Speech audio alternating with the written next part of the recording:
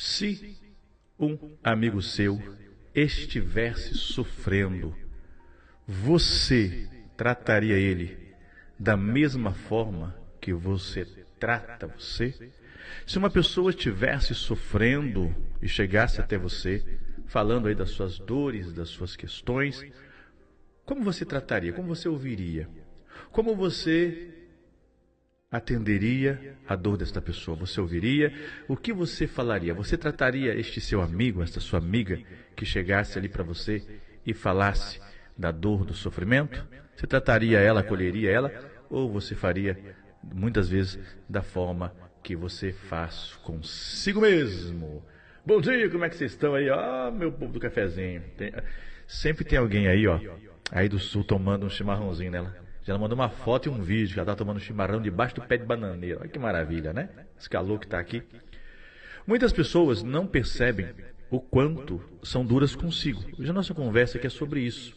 Sobre essa rigidez, sobre esse excesso de cobrança, sobre essa dificuldade de se acolher de fato diante das próprias dificuldades, diante das próprias mazelas, diante das próprias circunstâncias que a gente vivencia. Então essa pessoa, diante de certas dificuldades, na maioria das vezes, não se acolhe. Você quer ver uma coisa muito simples? O quantos de vocês não conseguem descansar, se cobram, porque tem que estar toda hora fazendo alguma coisa, pelo medo do julgamento, pelo medo, N coisas, né? Por N situações aí, que muitas vezes vai acontecendo e aí não percebe o porquê que está passando por isso. Por que muitas vezes eu não consigo descansar, eu não consigo ser amoroso comigo? Então, muitas pessoas não percebem o quanto são duras. E, de fato, às vezes a gente conversa, né? E a pessoa, ela é tão dura com ela que ela não consegue lidar nem com os próprios sentimentos que ela está vivenciando. O que é essa dureza? É quando eu não permito nem sentir o que eu estou sentindo. Eu preciso sair disso. Por quê? Porque as pessoas esperam que eu saia disso. As pessoas precisam. Eu tenho que ser forte a todo momento. Então, muitas vezes, isso é um sinal de que eu não estou sendo gentil. Você é gentil com você? Você é amoroso com você? É igual a mãe dentro de casa, né? Quando vem uma outra criança, e a criança faz algum tipo de arte, a mãe é gentil com aquela criança. Mas, às vezes, com o filho dela, como é? Nem sempre tem essa gentileza, né? Nem sempre tem. E isso aí não é um hábito, tá? Somente um hábito mental. Mas isso muitas vezes é um reflexo do que nós aprendemos quando criança. Por exemplo, sempre quando eu ia fazer alguma coisa e não dava certo, hoje não, né? Não tem mais esse pensamento. Mas sempre quando eu ia fazer alguma coisa, a primeira frase que vinha é: puxa, mas é burro mesmo, né? Então, por que falava essa frase? Ora, porque essa frase era muito comum de escutar enquanto pequeno. Não fez isso porque é burro mesmo. Se fosse inteligente, percebe? Qual é a frase, ou qual é o pensamento, qual é o sentimento que muitas vezes vem em você quando você está diante de alguma circunstância desafiadora, de falha, de erro? Você se pune?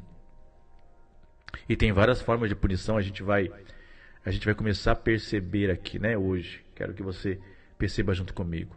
Mas por que a gente faz isso então? Por que nós somos críticos, né? Essa autocrítica que muitas vezes nós desenvolvemos é porque nós aprendemos. Aprendemos observando os adultos no qual a gente convivia e muitas vezes a forma que eles lidaram conosco diante das nossas falhas. Às vezes você vê, né, uma mãe ou um pai na educação dos seus filhos que estão em processo de desenvolvimento. Já quero convidar vocês para segunda-feira a nossa aula sobre a dinâmica do não vivido, um conceito de Melanie Klein, né? Uma grande analista que traz esse conceito nesse desenvolvimento da criança, muito importante para nós enquanto pessoas e também enquanto profissionais da área, para a gente entender que estes processos naturais de desenvolvimento pode termos vivenciados elementos de traumatização, elementos que nos marcaram. Olha, você é burro mesmo, você não consegue. Olha, o filho da fulana consegue. Olha, você viu lá? Então tudo isso vai de uma certa maneira marcando. Então por que a gente muitas vezes é crítico conosco? É crítico diante de uma falha, diante de algo que não deu errado. Eu contei no story esses dias, né? eu tinha tanta essa dinâmica que quando as coisas, igual aconteceu ontem, né, que a gente teve que desmontar tudo aqui para arrumar o som. Falando nisso, como é que tá o som para vocês aí? Como é que tá o som para vocês aí? Para arrumar. Antigamente isso me dava uma ira, que eu cheguei a quebrar um notebook, porque não funcionava um negócio, o programa travou, eu peguei ele assim e joguei na parede. Ora, porque era assim que aprendi a resolver as coisas, batendo porta, quebrando as coisas. Então a criança ela vai aprendendo que é dessa forma que a gente resolve, é dessa forma que a gente lida com as frustrações, é assim que a gente vai aprendendo devagarzinho, né? Então observa, por que eu sou muito crítico comigo? E aí tem uma outra coisa, né? Muitas vezes a gente que vai para o caminho do autoconhecimento, a gente vai para essa coisa meio profissional, às vezes, obrigado, Jane, às vezes nós ainda temos um peso, porque, nossa, eu sou um profissional, como é que eu vou ter certos tipos de sentimentos ou reações? Não posso, eu tenho que ser perfeito. Então, se a gente cresce em ambiente onde éramos aceitos, né? Quando a gente só era aceito, quando a gente era perfeito, aprendemos que o erro é uma rejeição. Então, quando nós crescemos num ambiente onde nós somos validados e desvalidados pelaquilo que a gente vivencia, eu posso condicionar, porque a gente faz esses condicionamentos, essas ligações, né? Eu posso fazer isso numa projeção de que todo o erro representa uma rejeição. Já que rejeição é uma dor profunda, como a gente viu ontem, que a rejeição ela traz grandes efeitos e consequências psíquicos e corporais e comportamentais, eu, para fugir da rejeição, vou criar algum caminho. Percebe? Eu vou criar algum caminho de luta, fuga e congelamento para lidar com a rejeição. Aí eu não posso errar, porque erro é igual rejeição. Percebe? E aí o nosso corpo, esse corpinho que a gente tem lindo e maravilhoso, ele vai desenvolver, porque o corpo tem essa finalidade de desenvolver proteção. Né? A mente gera proteção e o corpo é vamos pensar assim, a mente é o quartel-general, o corpo é o soldado.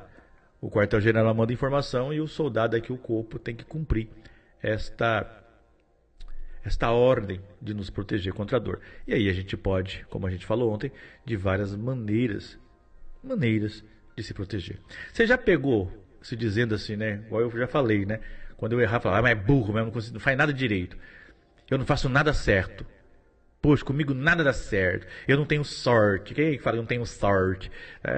Ou já sentiu muitas vezes que quando você erra, geralmente você está ali com chinela havaiana. Lembra o chinelo havaiano da mamãe? Às vezes nós estamos com chinelo havaiana e a gente fica lá, se punindo. Olha que coisa interessante. Muitas pessoas que vão para um processo profundo terapêutico, principalmente as senhoras mulheres, vão lidar com alguns vazios internos. Vão lidar com algumas angústias que são angustiantes. Redundância. E muitas vezes começa a soar estranho. Começa, muitas vezes, nesse processo, deixar de fazer certas coisas que antes estava acostumada a fazer. E aí entra numa angústia. Parece que eu não me conheço mais. Parece que eu já não me percebo mais. E aquilo é sofrido para as senhoras mulheres. Aí eu fico na cobrança. Mas antes eu fazia tal coisa, antes eu conseguia, agora não estou com vontade de fazer nada, né? Hoje eu recebi uma mensagem cedinho sobre isso. A pessoa, eu estou estranha. Não estou com vontade de fazer certas coisas. Ora, isso não é ruim. Bert tinha uma frase, que eu acho muito bonita essa frase dele, que ele vai dizer assim, é uma resposta a uma pessoa que questiona ele sobre a questão da pessoa estar sentindo enfraquecida. Que eu estou sentindo fraca depois do movimento sistêmico, parece que eu estou perdendo a força. E Bert, né? Quem conheceu Bert sabe aquele jeitinho, né? Aquele sorrisinho dele. Aquele sorrisinho de dizer, vem uma chave aí. Ele disse, você não está ficando fraca. Você está voltando para o seu tamanho. Ah, meu Deus. Estou voltando para o meu tamanho sistêmico. Estou voltando para o meu lugar.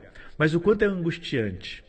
Então essa pessoa que está no caminho, vocês muitas vezes que vão fazer um caminho terapêutico profundo, Como é difícil dar conta daquele movimento angustiante. É por isso que as terapias, cada vez mais, elas têm que tocar na realidade, na angústia da alma do indivíduo. Não só a terapia não pode ser somente um alívio, como se fosse um analgésico. Não pode, porque isso lá na frente vai se manifestar de novo. É igual dar um remedinho para a pessoa para contar que ela perdeu um ente querido. Ela vai estar anestesiada naquele momento, mas a dor, a perda, a separação vai se manifestar ao longo da vida. Então, quanto eu me permito, na minha vulnerabilidade, no contato com a minha impotência, eu também respeito. Não estou com vontade de fazer nada. Mas não é fazer nada, é fazer certas coisas. Mas o quanto se cobra? Ontem eu falava para alguém, né? Percebe que quando você está fazendo alguma coisa que aparentemente não é coisas, sei lá, tão efetivas, qual que é a palavra que a gente usa? Qual é a frase que a gente usa? Alguém pergunta assim, Jane, tá fazendo o quê? Nada. Por que nós temos essa tendência de pontuar nada aquilo que nós fazemos que aparentemente parece que não tem tanta importância? Estou lá tomando um sol. O que você está fazendo? Nada. Estou tomando um sol, estou descansando. Como é nada? Por isso que algumas pessoas não conseguem descansar. Porque esse nada, o cérebro ele não fica no nada. O cérebro ele é objetivo. Ele não fica ali vagando. Ninguém fica sem pensar, né? Igual o homem, né? Você pergunta para o homem, o que está fazendo? Nada. Não tem esse nada. A gente também pensa. A gente fica lá pensando outra coisa. Diferente da mulher. Mas a gente não fica na caixinha do nada. Essa caixinha do nada não existe. Porque se existisse nada, como é que um cérebro que pensa, que reage, pode ir para o nada? Não existe isso. Então a gente tem sim, sempre o movimento do pensar alguma coisa. É que esse nada para nós é nada assim tão importância que talvez seja para você. Mas é algo aqui que a gente está pensando aqui no jogo de futebol, estou pensando que se eu faço, se eu não faço aquilo, se eu lavo, não lavo o carro. Estou pensando. Às vezes isso não é tão importante, porque a gente fala nada. Mas percebe que no dia a dia, a gente fala, está fazendo nada. Hoje eu ensinei, né? Uma pessoa falou, vou falar pro seu marido, porque nós homens, né? A gente brinca, né? Quando a gente casa, a gente perde a gente senta, né? A mulher fala, amor, oi, o que você está fazendo? Nada. Então vem me ajudar. Agora aqui em casa eu uso uma tática. O que você está fazendo? Tô fazendo algo aqui. O que você precisa? O que você precisa? Veja. Então, presta atenção. O quanto você é exigente com você. Ai, sabe, eu estou fazendo um processo, eu melhorei, mas tem muito para melhorar ainda. Eu não estou sendo amoroso comigo. Eu não estou sendo gentil comigo, percebe? Isso é uma forma de não gentileza que a gente tem. Não, porque olha, eu já cheguei até aqui, estou bem, estou ótimo, mas sabe, eu tenho muito para melhorar. Eu não estou me tratando com gentileza. Eu estou numa busca de uma perfeição. Esta busca de uma perfeição que não faz o processo, ele é uma forma de não ser gentil conosco, de não ser acolhedor conosco. E muitas vezes nós estamos reproduzindo aquilo que nós vivemos com os nossos pais. Lembra do pai ausente, dos pais castradores, dos pais permissivos? Muitas vezes é nós que estamos revivendo isso. Então conta aqui para mim, fala aí no chat. Você sente que você tem aí um nível de autocrítica? De 0 a 10, quanto aí você tem esse nível de autocrítica? De 0 a nenhuma. E 10 o máximo. Conta aí pra mim no chat. Quanto de autocrítica você tem? Autocrítica, autocobrança você tem? Isso tudo é aprendido, tá? A gente aprende. Você tem que ser crítico com você. E muitas vezes nós não somos amorosos. Então, de 0 a 10, o quanto você é autocrítico com você? 0 nenhum? Sou crítico não. Me acolho com muito amor. 10, eu sou autocrítico. Eu critico demais comigo mesmo. Eu sou meu carrasco. Começa a observar isso. Veja. Então a gente aprende isso no relacionamento. Nós aprendemos isso no desenvolvimento primeiro em família. Depois a gente vai reproduzindo a 5. Depois eu vou reproduzindo o quê? Em mim aquilo que eu aprendi. Então essas frases que a gente fala, essa autocrítica, ou a gente cresceu com aquela mãe autocrítica, o pai autocrítico, ou aquilo de 0 a 10. Eu fui muito, é muito relativo. Eu fui muito, mas de 0 a 10. O cérebro é matemático, tá? Por que a gente pergunta isso? Porque o cérebro é matemático. O cérebro não trabalha ele é matemático. 6, falta 4. Então o que falta para vocês chegar ainda no 10? Né? O que falta chegar no 10 para vocês? Vocês vão ver que falta chegar no 10 porque a autocrítica funcionando ainda, né? Percebe? Então, o traumatização, aquilo que a gente viveu no desenvolvimento, porque olha que interessante. A dinâmica de desenvolvimento, ela também pode criar em nós aquilo que nós chamamos de traumatização. São elementos que vão nos marcando, e aquilo vai gerando em nós impactos. Você sabe que essa voz interna, essa assembleia de voz que a gente tem, sabe quando você vai tomar decisão, você vai fazer alguma coisa que ela vai falar, cuidado. A gente fala, é a voz da consciência. Nem sempre é da consciência. Às vezes não é da consciência. Às vezes é essas vozes dos pais, professores, tutores, é das pessoas que nos ensinaram a ser autocrítico. Lembra da Clara? A mamãe dizia para ela, se você não for para ser a melhor professora de dança, é melhor nem tentar. Olha que doideira. Se você não for para ser melhor, não faça. Quantas vezes nós e vocês aí deixa de fazer alguma coisa porque tem dentro de si essa crítica que tem que ser melhor. E aí não começa de baixo para cima. A gente quer começar de cima para baixo. E quando o cérebro, sistema límbico, hemisfério direito e esquerdo, todo o sistema nervoso, comportamental, sistema que gere as emoções, vai aprender padrões de proteção desde cedo. Lembre-se que tudo que nos leva a uma ameaça de vida, o nosso sistema de proteção, ele é eficaz. O nosso sistema de proteção, ele é um dos processos de proteção mais rígido e mais maravilhoso que tem. Porque tudo que nos coloca em ameaça, ele vai nos proteger. Quando a gente cresce, então observa a tua história, quando a gente cresce sem espaço para errar, tem gente que desde pequeno não pode errar. A autoescola é assim, quando você faz autoescola para tirar a sua habilitação, a gente aprende só a acertar, não é assim? Ninguém te ensina assim, ó, erra. Claro que tem alguns que fazem isso, né? Agora você vai errar aqui, porque na hora que você errar, você vai aprender a sair do erro. Quem aí na autoescola aprendeu a errar e consertar o erro? Na maioria das vezes não. Eu tive quando eu fui tirar minha habilitação, eu tive um instrutor que era assim. Eu achava que eu ia só fazer certinho, e aí ele mandava fazer aquelas coisas medonhas. Então eu parava no sinal vermelho, na hora que o sinal abria, ele falava, desliga o carro. Eu falava, não, desliga o carro. Porque uma hora o carro vai morrer no sinal aberto, você vai fazer o quê? Aí a gente fica nervoso, né? Tem carro atrás, e às vezes a pessoa buzina. Ele dizia, a pessoa que está atrás, ela espera, porque isso vai acontecer. Então desliga o carro. Cara, desligava o carro. Liga agora. Já tremia, né? Aí eu olhava assim, aquelas vaguinhas pequenas, falava, estaciona ali. Não, mas não vai caber. Estaciona, tenta colocar o carro lá. Porque tem hora que vai acontecer isso. Você vai tentar colocar o carro aqui e não vai funcionar. Aí como é que você faz? Percebe? Entra aqui na contramão. Mas não pode. Entra aqui na contramão. Um dia você pode entrar na contramão. Você faz o quê? Então, às vezes a gente aprende o quê? Somente acertar. E a gente exige de nós que a gente sempre acerta. Como que você vai perceber isso? Olha como que isso fica muito vigente nos tempos atuais. Por que as pessoas têm medo de fazer alguma coisa hoje? Pela incerteza do resultado. A incerteza do resultado, ou a busca da certeza absoluta do resultado, é uma autocobrança, uma autocrítica horrível.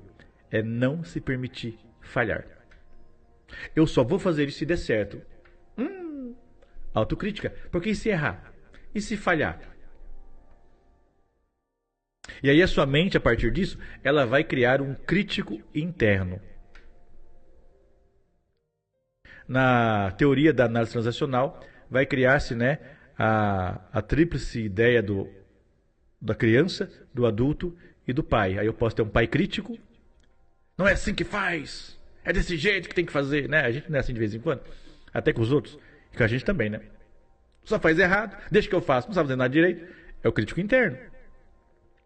E por que este crítico interno se manifesta? Para evitar a única dor que nós fugimos, que é o abandono e rejeição.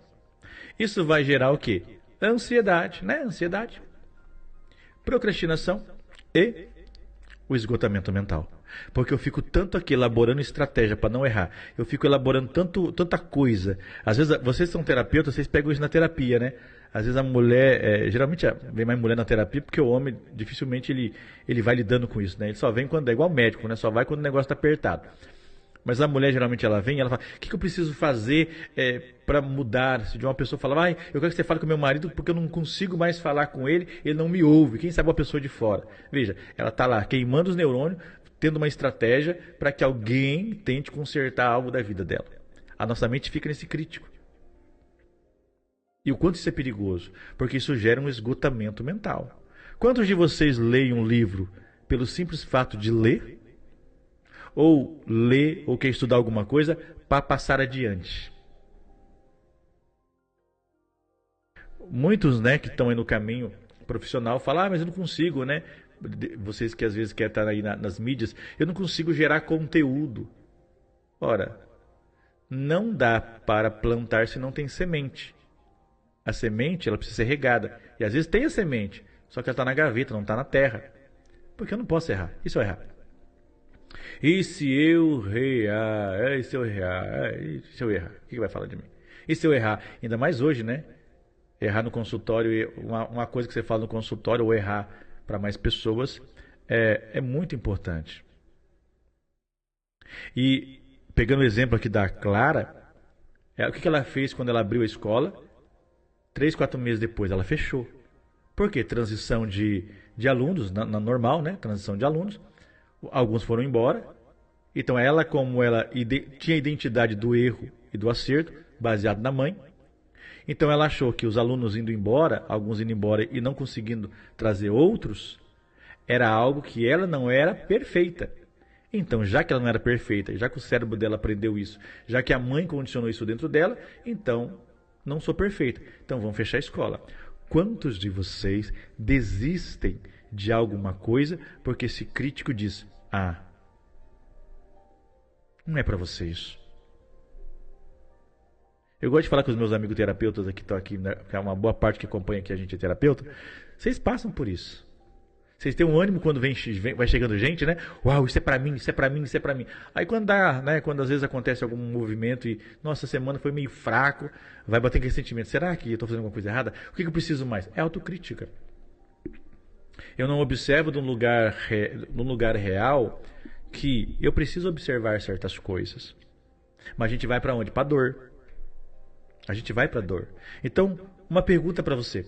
O que a sua voz interna costuma dizer para você quando você falha?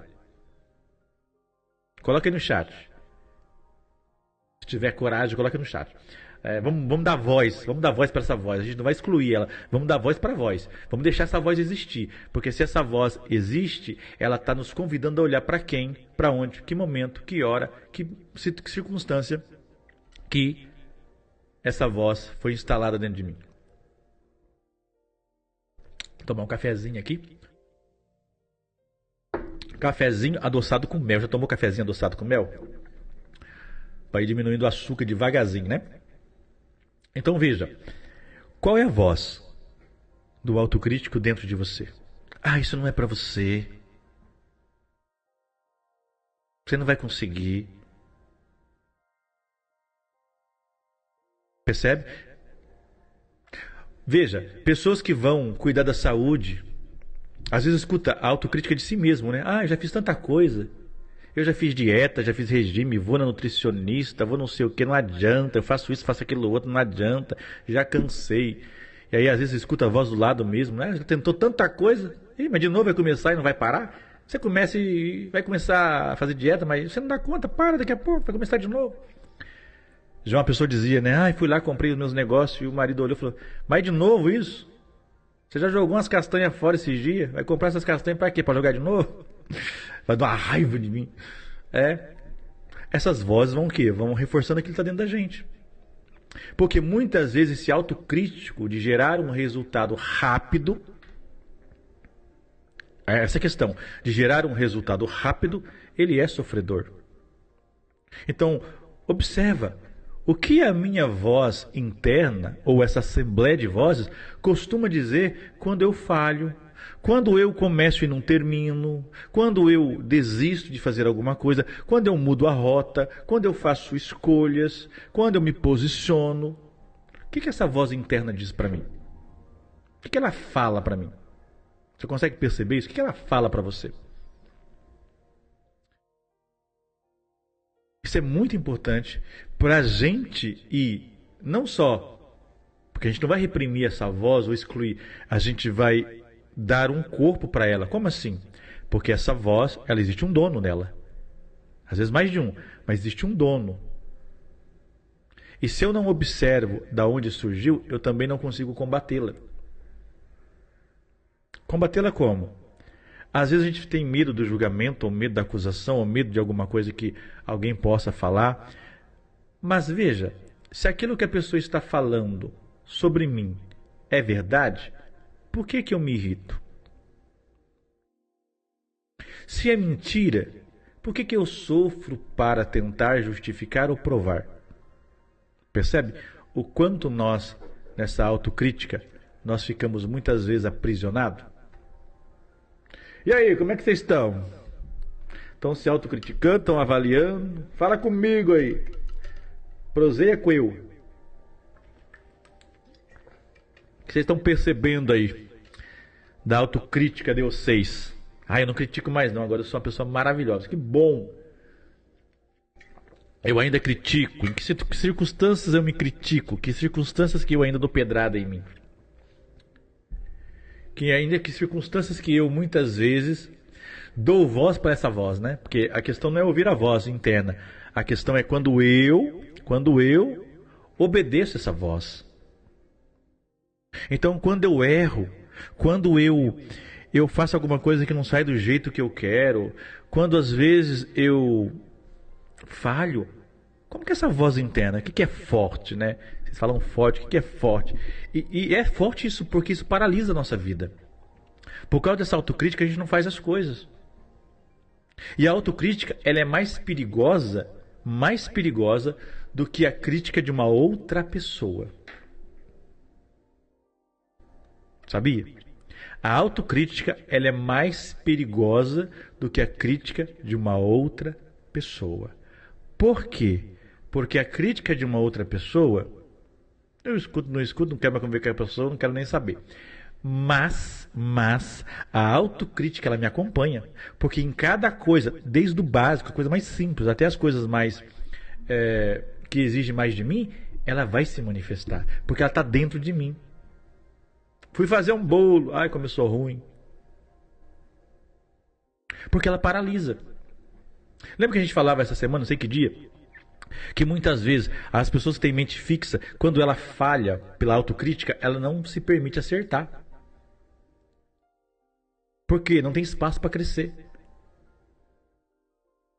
Aí eu vou pegar aqui Bert Hellinger. Aí ele vai dizer, os perfeitos, né, vocês aí, nós aqui, muitas vezes que quer viver a perfeição, e não a perfeição de desenvolvimento natural que a gente vai buscando cada vez mais, sem desespero também, é um processo natural de desenvolvimento. Mas essa perfeição, muitas vezes idealizada, Bert vai dizer, esses são os mortos. Os mortos chegaram na perfeição. Que perfeição? Eles chegaram ao final, o destino final deles. A perfeição. Acabou. Não há mais mudança. E a gente fica nesse movimento. E às vezes é morte. Porque eu fico tanto desejando um ideal que eu não vivo o real. Eu quero tanto um ideal de um relacionamento, um relacionamento idealizado, e eu não vivo o real. Eu quero tanto uma profissão idealizada, uma profissão não sei o quê, que eu não olho para o real. Aí começa a surgir isso aqui, paralisação, né? Misericórdia, isso mesmo. Porque é misericórdia mesmo. Vem a sabotagem. Porque eu não posso falhar. O que vão pensar de mim se eu falhar? O que vão pensar de mim se eu errar? O que vão pensar de mim isso, aquilo? Não importa. O que vão pensar é verdade? Eu já tenho dito isso várias vezes. As pessoas já pensam de você, já falam de você. Você acha que não? As pessoas já falam de você, as pessoas pensam de você. Escolha pelo que você quer ser falado. Escolha. Não tem como a gente controlar isso. Agora, o pior é quando nós falamos de nós mesmos. Sabe aquela pessoa que fala assim, Cíntia, quais as suas habilidades e competências? Ixi, eu tenho muito defeito. É porque todo mundo também tem, né? Olha como é que a gente justifica a nossa própria porcaria. Não, eu também tenho, né, assim, meus problemas, porque, né, vocês também têm, né? Eu também não sou perfeito, porque ninguém é, né? Olha como que a gente muitas vezes não olha e fala, realmente, eu não sou perfeito. Mas eu posso aperfeiçoar. Mas quando que a gente pode aperfeiçoar? Só quando a gente reconhece aquilo que ainda não está perfeito. Por isso que errar faz parte do processo de desenvolvimento. E a gente quer pular. É como se você quisesse nascer do ventre da sua mãe, mas já nascia andando, falando. Percebe? Já quer sair do ventre falando, argumentando, caminhando. Não vai. A gente vem como no mundo, meu povo? E olha que interessante. A gente entra no mundo e sai de uma forma bem implícita. A gente entra no mundo totalmente dependente e a gente sai totalmente dependente. Percebe? Essas duas fases importantíssimas da vida mostram o nosso tamanho. A impotência. E a impotência é o lugar que a gente encontra ordem. O que significa isso, essa impotência? É que diante da vida, diante da circunstância real, muitas vezes eu vou lidar com coisas que eu não posso mudar. Percebe? E coisas que eu posso mudar. Mas não muitas vezes, na maioria, daquilo que nós às vezes queremos e desejamos. Isso é muito importante para a gente observar. Então, pense, diante das minhas circunstâncias de vida, minhas desafios, dificuldades, projetos, sonhos, desejos, o que essa voz interna fala? Sabe, eu tenho um desejo de fazer tal coisa, eu tenho um sonho. Ih, não vai conseguir. Isso não é para você. Já começou tanto e parou. Olha essas vozes críticas na cabeça. Agora eu vou fazer terapia e vai funcionar. Ih, mas já fez tanta terapia e não funcionou. É voz crítica. E aí eu vou para terapia, eu preciso, né? Como alguém esse dia num grupo nosso perguntou. A gente falou do resiliência, pessoal, o que vai ser trabalhado? Gente, um terapeuta perguntando isso é a pior coisa medonha que tem. Não é curso, é terapia. Percebe? Você chega um terapeuta e fala, qual que vai ser o elemento trabalhado? Terapia, maluco. Terapia a gente trabalha com as nossas sombras, com as nossas mazelas, com as nossas dores. Percebe? Mas eu preciso dessa segurança. Eu preciso. Por quê? Porque eu não posso errar. Eu tenho que dar um tiro certo. Eu vou começar um trabalho, mas tem que ser certeiro. Eu vou para um relacionamento, tem que ser certeiro. A gente não permite errar. Percebe essa crítica dentro de nós?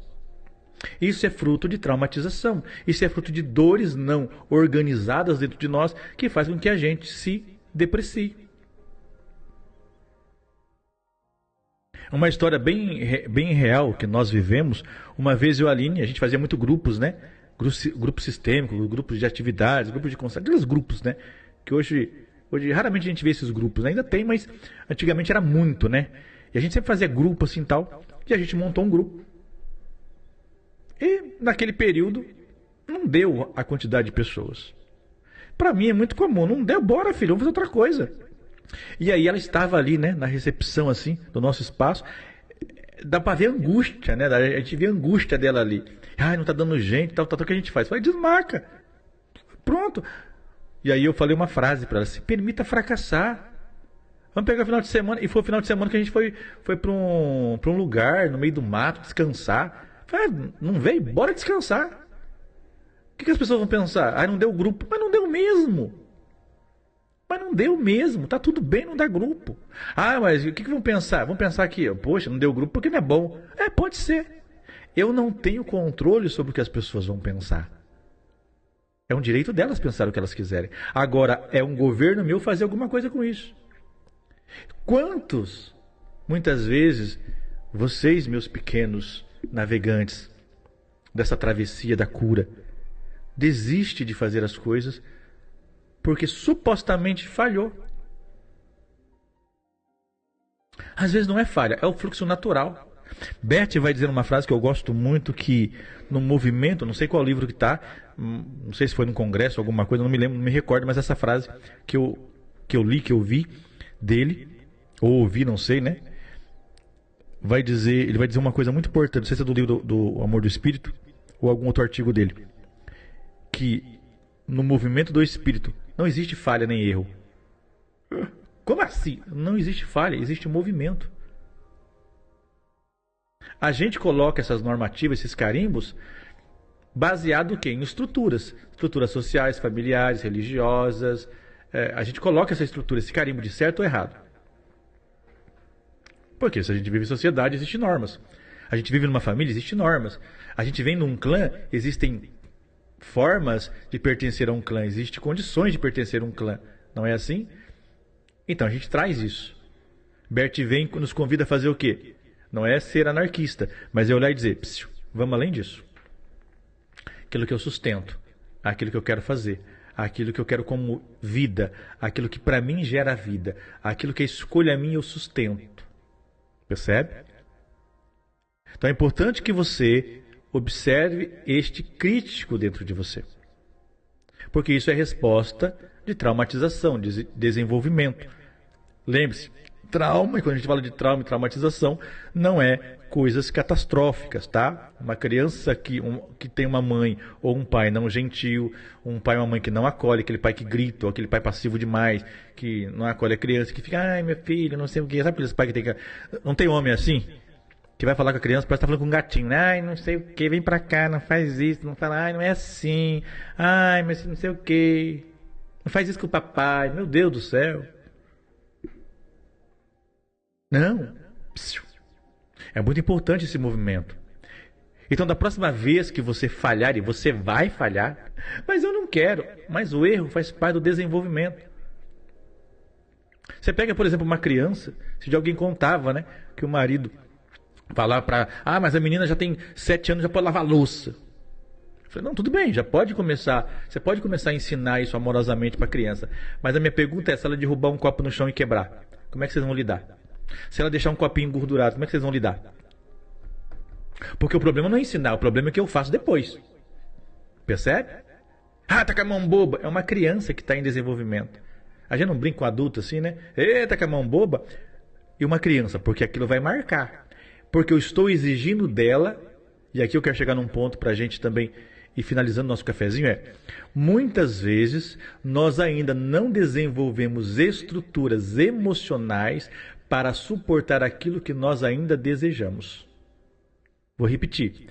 Muitas vezes nós ainda não desenvolvemos estruturas emocionais, comportamentais para lidar, suportar aquilo que nós desejamos. É por isso que eu sou apaixonado em trabalhar com traumatização. Porque isso bloqueia a nossa vida. Isso bloqueia todo esse conteúdo que está dentro da gente. E vai agir. Eu sei o que fazer. Esse dia a pessoa falava aqui comigo, né? Olha, eu sei o que fazer. Eu sei que eu quero chegar lá, eu quero fazer tal coisa. Eu chego lá, eu paraliso, eu travo. Sim. Sim. Trava. Trava e trava muito. Porque é traumatização. E quando a gente revive isso, aquele dia eu falei, né? Alguém vai entrar comigo aqui. Mas eu não vou falar o dia, tá?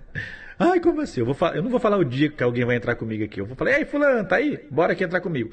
Por que eu não vou falar? Quero pegar de surpresa. Né? Pegar de surpresa.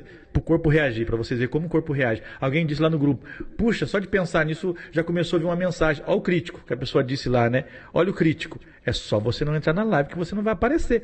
Essa é uma voz crítica. É só você não chegar lá que... Aí, olha interessante. Quantas vezes essa voz crítica começa a sabotar com coisas concretas. Sabe, eu ia fazer tal coisa.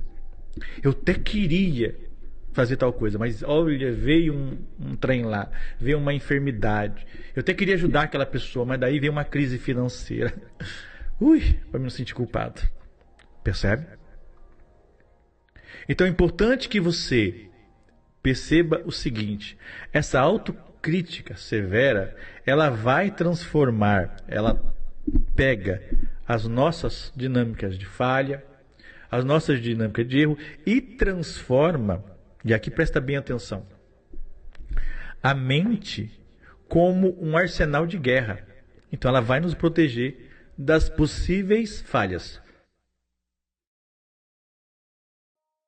Lembra-se que quando nós estamos marcados com uma dor, pelo mecanismo instintivo de preservação, a mente vai reconhecer que algo é uma ameaça. Então aquilo que muitas vezes eu quero fazer é meu inimigo. Não que seja, mas eu me represento o inimigo de forma direta e emocional. E aquilo vai gerar esse movimento dentro de nós de proteção. O livro Quebrando o Hábito de Ser isso, mas é isso mesmo. E a gente não consegue, é uma coisa importante também do hábito, a gente não consegue quebrar ou mudar um hábito somente reproduzindo ele externamente. Ele tem uma força, mas só externamente não. Por isso que precisa corpo e mente caminhar juntos. Se corpo e mente não trabalham juntos...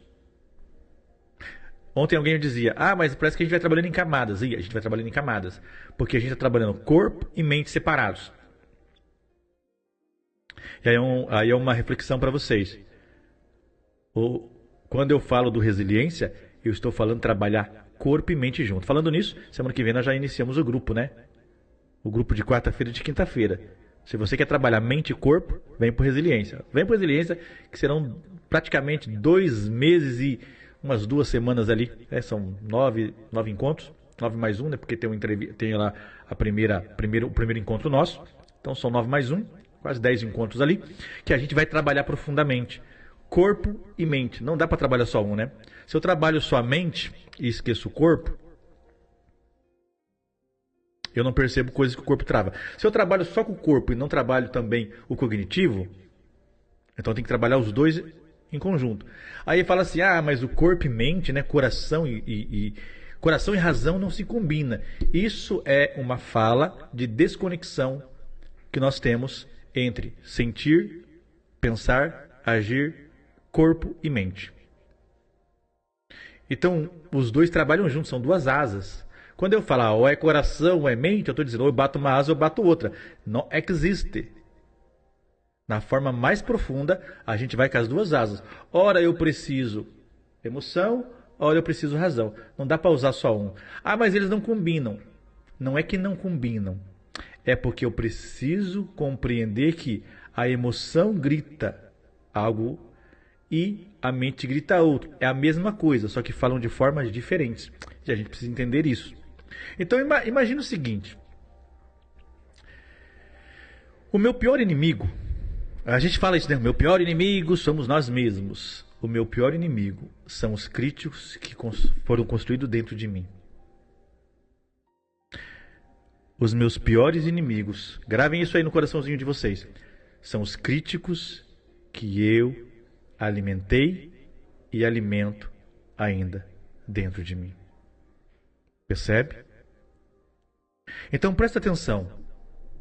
Da próxima vez que você errar, da próxima vez que você falhar, da próxima vez que você fizer alguma coisa, observe a voz crítica dentro de você. O que ela fala?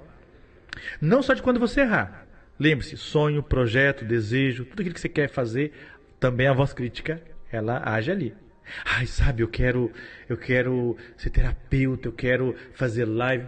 Aí vem aquela vozinha e fala, mas você é um bicho do mato, vergonhosa. Você tem vergonha, não sabe nem falar direito. Você nem formação acadêmica você tem. Percebe? Então a voz crítica não é só no erro. A voz crítica também, ela vai surgir diante das possibilidades e oportunidades. Ela vai surgir também em momentos de desejos, de sonhos, de crescimento. Puxa, eu quero fazer um investimento. Mas olha, será que você já fez tanta coisa? E se não funcionar? Pode não funcionar. E aí? Como eu lido com isso? Os adultos lidam como? Plantei. Não vingou, a gente planta de novo. Então veja, as dores emocionais, os elementos traumatizantes, vai transformar não a mente no inimigo, mas aquilo que ela reconhece como um inimigo. E aí ela paralisa você. A autocrítica, ela não é um processo voluntário, tá? Como assim? Ela é desenvolvida. Uma criança, ela vai aprendendo a lidar com as questões a partir do mundo adulto que ela convive. Então não é assim, culpa minha, eu toda vez que eu vou errar, eu sou burro, eu me xingo de burro. Não é culpa minha, porque eu aprendi isso. Olha aquela piadinha do Chaves, né? Que burro, dá zero pra ele. Já viu esse meme? Que burro, dá zero pra ele. Então, muitas vezes isso reforça dentro de nós. E pequenas mudanças na forma como a gente fala. A fala é muito importante. O poder da palavra. Se vocês soubessem o poder da palavra, faz uma grande diferença para nós. Mas quando a gente fala pra gente, não é para os outros, não, pra gente. Não, eu quero tal coisa. Ih, mas acho que eu não vou conseguir. Oh, que maravilha. Eu ensino às vezes aqui na terapia a pessoa, eu não consigo. Tá proibido falar não consigo. Tá proibido. Falou não consigo, é um bloqueio da psique. Não consigo. E aí não consigo mesmo. Então qual passo você pode fazer a partir desse movimento para ser mais gentil?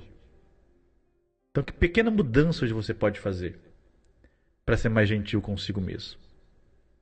Ser gentil no seu processo. Ser gentil diante das coisas que podem falhar. Como você pode fazer isso? Quando vinha essa voz crítica, o que eu faço? Eu uso um modelo simples que eu uso. Quando vem uma voz crítica, eu questiono. Primeiro, de quem é essa voz? A quem ela pertence? Na minha família sempre foi assim. Então, eu estou trazendo um padrão. Mas em que momentos essa voz atua? Para eu perceber que não é em todo momento. E vai ter diversas vozes, aquilo que a gente chama de assembleia de vozes. Vai ter diversas vozes. Sabe aquele símbolo, né, do anjinho e diabinho, um de cada lado? Começa a perceber. Então esse é o primeiro mecanismo para que hoje, quinta-feira, dia 6 de março, você olhar e perceber quais são ou qual é essa voz crítica dentro de mim diante das minhas falhas, desejos, sonhos, objetivos. Quando eu falho, como eu lido? Diante dos meus desejos, como eu lido? O que essa voz fala para mim? E qual é a resposta para essa voz? E aqui uma outra coisa, não brigue com a voz. Isso não é verdade, eu sou capaz. Não, porque o resultado vai mostrar. E às vezes a voz está certa, né? Porque aí eu estou brigando com ela. Lembre-se do movimento sistêmico, eu incluo a voz. Essa voz está dizendo que eu sou burro. Legal. De quem ela é? Quem é que me ensinou a ser burro? A nominar burrice quando eu falho. Aí a gente começa a dar nome, né? Dar nome aos elementos reais. E aí a gente dá passos lindamente para o movimento curativo dentro de nós. Vocês que estão no Resiliência, né? Vocês vão perceber que a gente vai trabalhar muito com essa autocrítica. Muito. Porque ela é uma coisa ferrenha. Ontem alguém dizia para mim que ela estava descansando, né? E aí vinha uma imagem do pai, né? O pai chegando do trabalho e perguntando: o que vocês estão fazendo? Por que está todo mundo parado? Porque na casa dela era assim. Então o pai chegava, ela falou, eu desenvolvi isso. Quando o pai chegava, a gente tinha aquela sensação de estar fazendo alguma coisa. Porque se ele chegar e a gente tivesse parado, e ele achasse alguma coisa errada, ou alguma coisa, por que esse copo está na pia? Porque, tem um negócio lá fora para fazer, por que não fizeram? Então ela desenvolveu o quê? Na presença do pai. Ela, sabe quando você está lá no trabalho tranquilo, o chefe está chegando, você quer mostrar serviço? Falou, me desenvolvi isso, eu não consigo descansar. Ou já não consegue descansar. Aí eu paro, parece que vem aquela voz do meu pai, está fazendo o que aí? E se alguém perguntar para ela, ai meu Deus do céu, o que você está fazendo aí? Eu não estou, o que você precisa? Percebe? Porque essa voz crítica faz com que ela, e muitas vezes nós, não façamos aquilo que nós de fato queremos. Esse crítico dentro de nós é medonho, porque às vezes vai desenvolver em nós aquela pessoa que critica tudo. Sabe que a pessoa que critica tudo? Critica, nossa, aquela pessoa que critica tudo. É um autocrítico, porque ela aprendeu a ser crítica. Ela aprendeu porque ela foi criticada, então ela passa adiante. Nada tá bom. Sempre tem uma coisinha para reclamar. Conhece pessoas assim? Isso é o quê? É um sintoma de exigência. Não tem cliente hoje, a pessoa fica desesperada. Vai fazer outra coisa. Vai cuidar de uma planta, vai visitar um amigo. Mas e aí? Aí você vai percebendo o quê? Nem tudo vem com a força do nosso braço. Ontem eu falei algo lá no Store, né? Que quando a gente cuida, nutre com o feminino organizado em nós, isso homem e mulher, organizado em nós, a gente faz com menos força e com mais amor. Olha que coisa mais linda. É uma frase, né? Olha essa frase, a gente faz com menos força e mais amor. Porque essa força braçal, muitas vezes é uma resposta do nosso sistema nervoso. Então, orientação para hoje. Vamos ser gentil conosco. Vamos olhar para nós e falar, tá tudo bem, hoje não quero fazer nada. Beleza, mas eu tô aqui angustiado. Acolha a sua angústia. Não fica tomando remédio o dia inteiro, no sentido remédio, né? Deixa eu assistir uma live aqui, deixa eu fazer aqui, deixa eu fazer uma frase aqui, deixa eu fazer aqui, deixa eu fazer um exercício. Gente, descansa, vai passear no parque, se tiver parque, vai na praça, vai tomar um sol ao meio-dia, vitamina D pura. Fica lá 5 minutinhos no sol do meio-dia, vitamina, fica 5 minutos. Vitamina D pura. Teu corpo, fica 5 minutinhos. Vai ficar mais não, que vai ficar um lagartinho. 5 minutinhos no sol. Tá fazendo, tomando sol. Percebe? Então, um convite para você é você ser gentil com você. Ser gentil. Acolher. Vocês que são terapeutas, vocês acolhem a dor dos outros. Mas não acolhe si mesmo, então a gente tem que acolher a gente, né? Ser bondoso conosco um pouquinho de vez em quando. Acolo, né? Sair um pouco da rigidez, sair um pouco dos conceitos. Porque eu tô passando por isso. Não, só acolhe, filho. Só acolhe. O que eu quero agora é um choro. Terminando aqui, eu lembro de uma formação que a gente estava dando, e aí, formação de terapia sistêmica, né? E aí, o treinamento é legal, né? E a pessoa estava ali, né, com os bonecos na mesa, ali sofrendo, e o cliente dela, né, ali que estava fazendo a sessão com ela, no treinamento, estava chorando ali, estava escorrendo lágrimas e outras coisinhas do nariz, né? E ela, o que eu faço agora aqui? Eu falei, e aí, né, ela falando, professor, o que eu faço agora aqui? Falei, o básico, pega um lenço pro teu cliente, é o que ele precisa. Ele tá chorando e tá caindo tudo na boca do coitado. Pega um lenço para ele. Primeira coisa, pega um lencinho para ele se limpar. Depois você faz... Veja, às vezes o acolhimento básico, simples, né? Simples, é muito mais importante. Como diria nosso querido Bert, o essencial é simples. Recadinho aqui para vocês, que senão a minha assessoria de imprensa fala, você não falou, e aí depois eu tenho que ficar respondendo ali perguntas que você pode responder. Gente, deixa eu falar uma coisa para vocês rapidinho aqui. A gente está falando para vocês aqui porque nós vamos fechar agora, a semana que vem, o grupo do Resiliência, tá? Que é o trabalho que a gente tem de trabalhar com os traumas. Então, fiquem atentos, quem já está lá, já está sendo colocado nos grupos, né? Do trabalho. E quem se interessar em trabalhar, vai passar 2 meses comigo, né? Comigo aqui, ó, trabalhando. Vem pro Resiliência, que nós vamos trabalhar os traumas profundo. Bem, bora, seja amoroso com você. Agora você sabe o que fazer. Tinha um professor meu que dizia assim, ó, pense nisso.